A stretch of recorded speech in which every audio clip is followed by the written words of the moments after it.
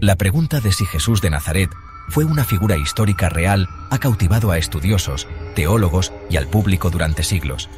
Es un debate que realmente va más allá de la creencia religiosa, tocando los cimientos mismos de la civilización occidental. Para miles de millones de personas, Él es una figura divina, el Hijo de Dios. Para otros, fue un sabio maestro moral, un revolucionario, un profeta apocalíptico judío. Sin embargo, una pregunta persistente permanece, acechando bajo capas de teología y tradición. ¿Podemos probar, con los mismos estándares que aplicamos a otras figuras históricas como Julio César, Sócrates, que este hombre realmente existió? Esta no es una cuestión de fe, sino de metodología y evidencia histórica. Para el historiador, el desafío es inmenso. Las fuentes que poseemos son complejas y a menudo están teñidas por las convicciones teológicas de sus autores. Los evangelios, nuestros relatos primarios de su vida, fueron escritos décadas después de su muerte por seguidores que buscaban proclamar un mensaje sobre su significado, no compilar una biografía neutral en el sentido moderno. Fuera de estos textos canónicos, las menciones de Jesús por historiadores romanos y judíos no cristianos son tentadoramente breves y escritas mucho después de su tiempo en la tierra. La dificultad principal para establecer la realidad histórica de Jesús radica en la naturaleza de la evidencia misma. Nuestras fuentes principales, los 4 evangelios del Nuevo Testamento, no son documentos históricos directos, son narrativas teológicas, escritas entre 40 y 70 años después de los eventos que describen. Los autores, o las comunidades a las que representaban, tenían un propósito claro: persuadir a los lectores del estatus mesiánico y divino de Jesús. Esto no significa que carezcan de valor histórico, pero sí significa que cada detalle debe ser examinado críticamente a través de la lente de la fe y las intenciones de sus autores. Los historiadores tienen que quitar capas de interpretación teológica para buscar un núcleo de hecho histórico. Y honestamente, ese es un proceso que es inherentemente complejo y a menudo lleva a desacuerdos. Más allá del Nuevo Testamento, las opciones son escasas. El historiador judío del primer siglo, Flavio Josefo, escribiendo alrededor del año 93 de nuestra era, menciona a Jesús en un pasaje conocido como el Testimonio Flaviano. Sin embargo, la mayoría de los estudiosos están de acuerdo en que este pasaje fue alterado posteriormente por escribas cristianos para hacerlo más favorable a sus creencias, insertando frases como «Él era el Mesías». Aunque probablemente existió una versión más auténtica y corta, que confirmaba que Jesús era un hombre sabio con seguidores que fue crucificado por Pilato, la corrupción textual lo convierte en una fuente problemática. De manera similar, el historiador romano Tácito, escribiendo alrededor del año 116 de nuestra era, menciona a Cristo, el fundador de los cristianos, y su ejecución bajo Poncio Pilato, pero esto solo confirma lo que los propios cristianos creían, en lugar de proporcionar evidencia independiente y contemporánea de la vida de Jesús.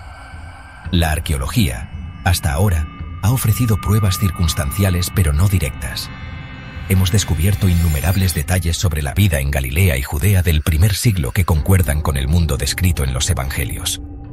Hemos encontrado sinagogas de ese periodo, los restos de barcos de pesca en el mar de Galilea, e incluso la piedra de Pilato, una inscripción que proporciona la primera evidencia física de la existencia de Poncio Pilato como prefecto de Judea. El panorama de este debate milenario cambió drásticamente en la primavera de 2024.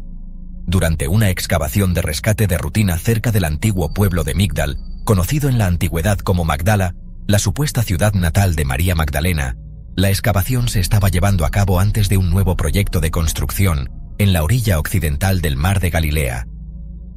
El equipo de la Universidad de Tel Aviv documentaba restos de una estructura doméstica del siglo I, cuando descubrieron un bloque de piedra caliza simple y sin pretensiones que pronto enviaría ondas de choque a todo el mundo académico. No era un gran monumento, ni un decreto real, sino algo mucho más personal y sinceramente más poderoso. La descubrió una arqueóloga junior, la doctora Elara Vázquez, limpiando escombros del dintel de una puerta derrumbada. El bloque medía aproximadamente 60 por 40 centímetros y no tenía nada de especial a primera vista. Estaba cubierto por la suciedad acumulada durante 2 milenios. Mientras limpiaba, notó rasguños débiles y deliberadamente tallados. No eran marcas al azar, sino las formas distintas de las letras arameas.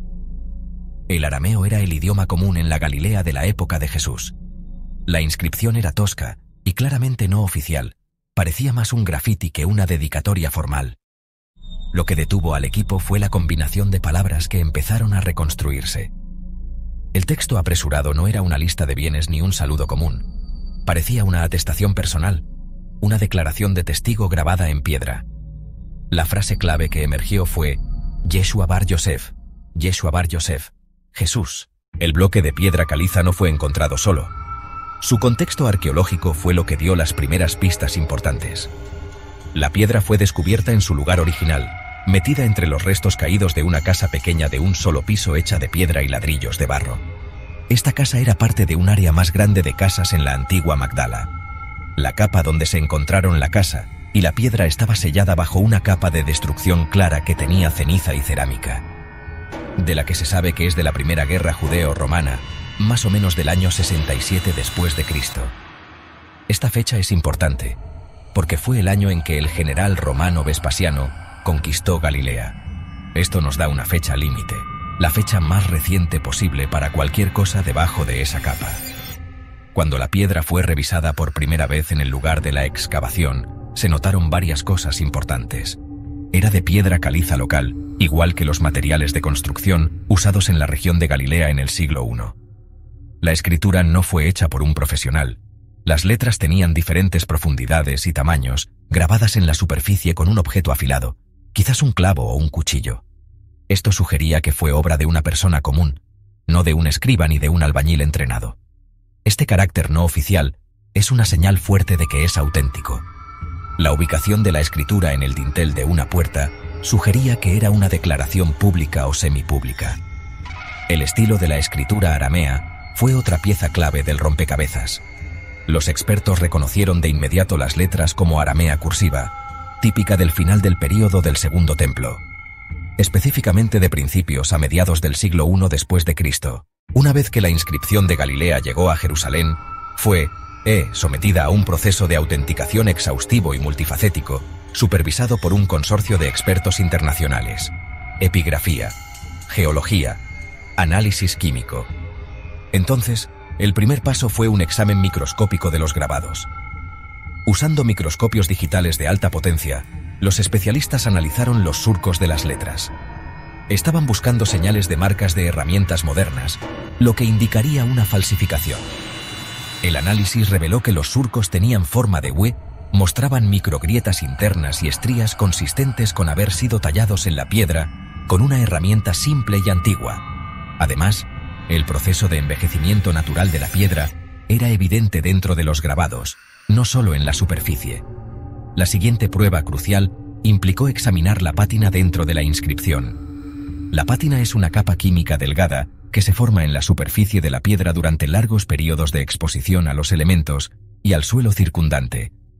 Una inscripción antigua genuina debería tener una capa ininterrumpida de pátina que cubra tanto la superficie de la piedra como el interior de las letras talladas.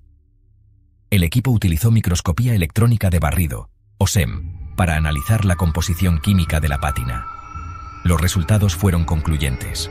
La pátina dentro de los surcos era idéntica en composición y grosor a la pátina en la superficie circundante sin tallar de la piedra. Esto proporcionó una evidencia poderosa de que la inscripción era tan antigua como la superficie de la piedra misma y no había sido agregada recientemente. Para solidificar aún más la datación, se extrajeron cuidadosamente muestras de los depósitos de calcita y de biopelícula de dentro de las letras. Estos materiales orgánicos e inorgánicos, que se acumulan durante siglos, pueden datarse utilizando varias técnicas radiométricas. Con la autenticidad de la piedra firmemente establecida, los principales epigrafistas arameos del mundo centraron su atención en el significado preciso del texto. La inscripción, aunque corta, era notablemente clara. Grabadas en la piedra caliza, había 2 líneas de texto. La escritura era informal, pero las palabras eran inequívocas. Después de una cuidadosa transcripción y de compararla con otros textos arameos de la época, se llegó a un consenso académico sobre la traducción. La inscripción decía: Yeshua bar Yosef Menazrat, Ana Sahed. Traducido al español significa Jesús hijo de José de Nazaret. Soy un testigo. Esta sencilla declaración de 2 líneas era sinceramente impresionante por sus implicaciones. La primera línea, Yeshua bar Yosef Menazrat, proporciona 3 identificadores cruciales.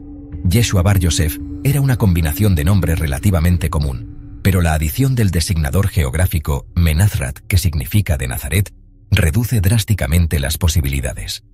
Nazaret era una aldea muy pequeña y oscura en el siglo I. La publicación de los hallazgos en un número especial de la revista Levant causó un impacto inmediato y muy fuerte en las comunidades académicas de arqueología. Historia, estudios bíblicos.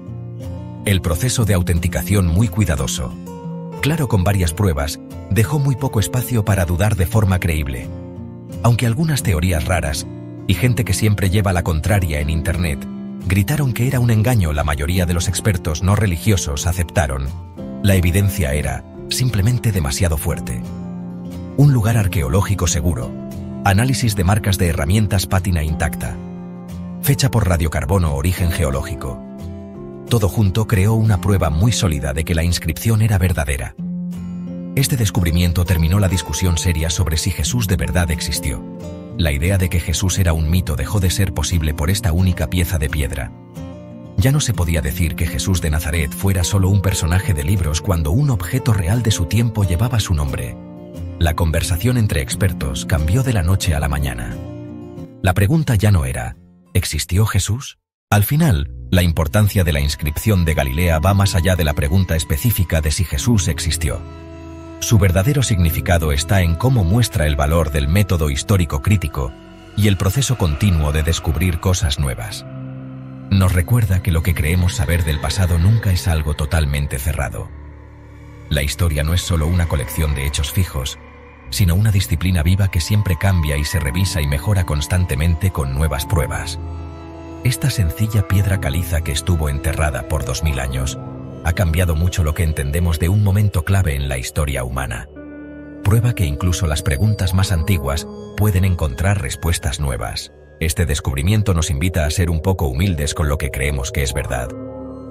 Por 2000 años, el debate sobre el Jesús histórico se dio casi solo basándose en la interpretación de textos. La inscripción de Galilea trae un nuevo tipo de testigo. El testimonio silencioso e imparcial de la piedra y el tiempo. Obliga a todos, sin importar lo que creyeran antes, a enfrentar un dato físico y real. Es una lección sobre la importancia de basar nuestros pensamientos en pruebas. Una habilidad más necesaria que nunca en nuestro mundo actual, que a menudo está lleno de información falsa y afirmaciones sin pruebas. La piedra no nos dice qué creer, pero nos muestra el poder de lo que podemos saber. Y gracias a una simple piedra de Magdala, si te ha gustado dale like, suscríbete y activa la campanita. Nos vemos en el próximo vídeo. Un saludo a todos.